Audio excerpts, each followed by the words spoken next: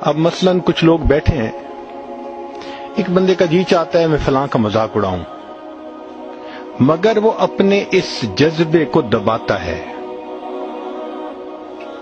اور اس بندے کا مذاق نہیں اڑاتا. مذاق نہ اڑانے پر شریعت اس کو صدقے کا ثواب عطا فرماتی ہے کہ تم نے جو اپنی ٹیمپٹیشن کو کنٹرول کیا.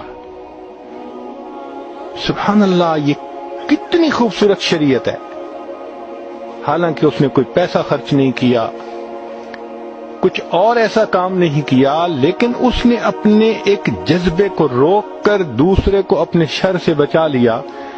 شریعت نے کہا فَإِنَّهَا صَدَقَةٌ مِّنْكَ عَلَى نَفْسِكَ، یہ ایسا ہی ہے جیسے تم نے اللہ کے راستے میں صدقہ کر دیا ہے.